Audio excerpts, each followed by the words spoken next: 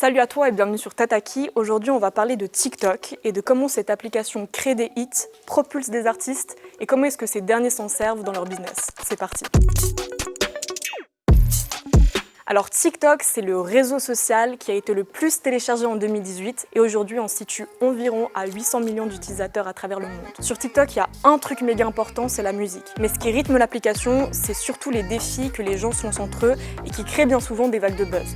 Donc autant te dire que quand c'est ton son qui est choisi dans le challenge, ça va devenir un hit. Alors pour voir ça, il y a plein d'exemples. On va revenir sur les artistes qui ont percé grâce à TikTok, ceux qui ont été relancés et ceux à qui ça a complètement échappé. Don't rush, slow touch, brown and white, like I go country, grab and buy, we can go bust. T'as des sons qui sur TikTok sont devenus des succès et qui ont permis de lancer des carrières. On peut directement penser à Old Town Road de Lil Nas X. Il a été propulsé grâce au Yee Juice Challenge qui lui a permis d'entrer dans la liste des meilleures ventes de disques aux States pendant plus de 20 semaines, dis-toi. Il a battu le record de longévité de Mariah Carey dans les charts. I got the horses in the back, horse stock is attached, head is matted black, got the bushes black to match. Alors qu'à la base, il faut se dire que ce gars, c'est juste un tweetos. Un gars qui est marrant sur Twitter, mais rien à voir avec un artiste déjà implanté dans le milieu. Et ce qui est intéressant de voir aussi, c'est que le son, il a fait polémique. Parce que Lil Nas X, il considère le son comme de la country trap. Or, le magazine Billboard, il a refusé de l'intégrer dans le classement parce qu'il considérait que c'était pas un son vraiment country. Mais finalement, quelques temps après, il a enregistré une nouvelle version avec Billy Ray Cyrus, le père de Miley Cyrus, qui est une star de la country. Donc finalement, le classement...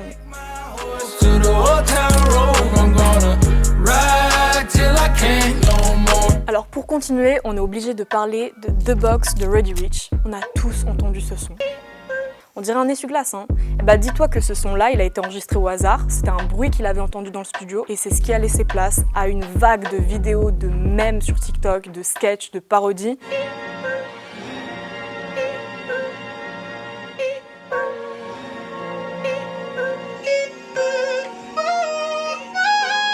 Le morceau, il a occupé la première place dans les charts devant The Weeknd ou encore Justin Bieber qui marquait son retour dans la musique et le clip a cumulé 15 millions de vues en 2 jours seulement. Et ce qui est ouf, c'est qu'en fait rien n'était calculé.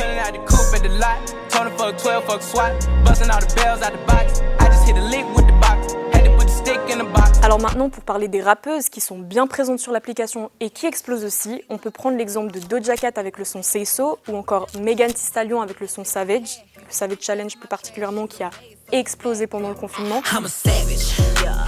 Classy, bougie, ratchet, yeah. Sassy, moody, nasty, yeah. Acting stupid, what's happening, bitch, what's happening, bitch, I'm a savage, yeah.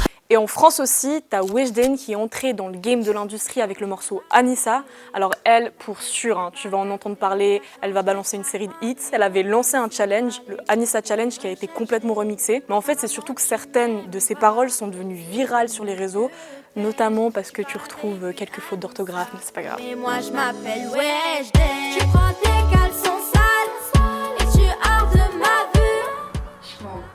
Alors comme j'en parlais précédemment, t'as aussi des sons qui ont été relancés sur TikTok. Je pense à Something New de Wiz Khalifa qui a explosé ces derniers mois. Il y a une danse qui est devenue virale, qui a été reprise aussi par des célébrités comme LeBron James ou Jennifer Lopez. Et c'est un son qui date de 2017, mais ça lui a donné une seconde vie. Sinon, dans le même genre, t'as aussi Lottery de K-Camp qui a été renommé Renegade par la suite. Le son, il est sorti début 2019, mais il a pété que dernièrement grâce à une jeune fille, Jalaya, qui a balancé une danse qui est devenue virale sur les réseaux et c'est devenu une des danses les plus populaires de TikTok.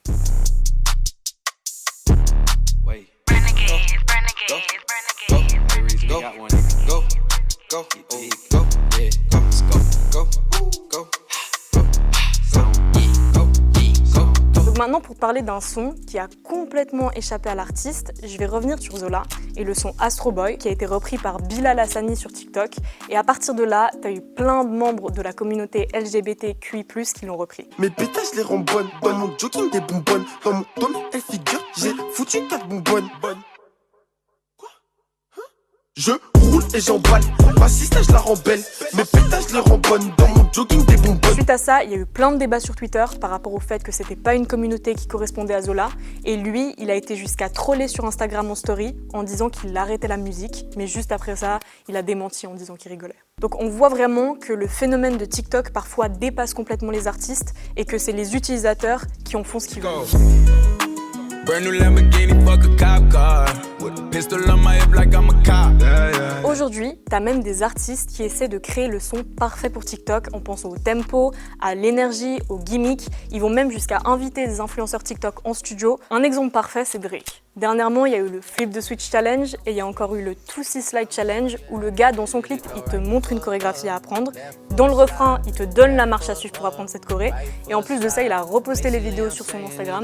Donc bref, le mec est trop intelligent en termes de marketing. Et en Suisse aussi, t'as des artistes qui ont tenté le coup. Je pense à Slimka qui a collaboré avec des TikTokers dans des mini-sketchs, ou encore des artistes comme Makala et Comme un flocon qui ont lancé des défis qui ont plus ou moins marché. Faut de la moula, de quoi payer sans loyer.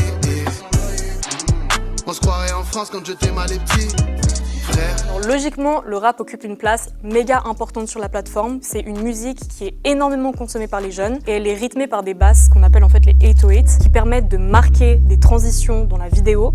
En plus de ça, tu peux faire du playback, tu peux imiter les gimmicks, enfin bref, parfait pour TikTok. Bien ou quoi? T'habites dans le coin ou quoi? Je t'ai vu passer dans l'allée, ton boule me rend romantique. Pièce.